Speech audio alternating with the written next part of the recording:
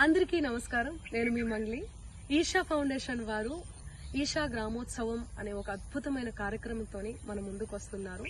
So మన 2 తెలుగు రాష్ట్రాల్లో 20 జిల్లాలలో పురుషులకు వాలీబాల్, మహిళలకు త్రోబాల్ నిర్వహిస్తున్నారు.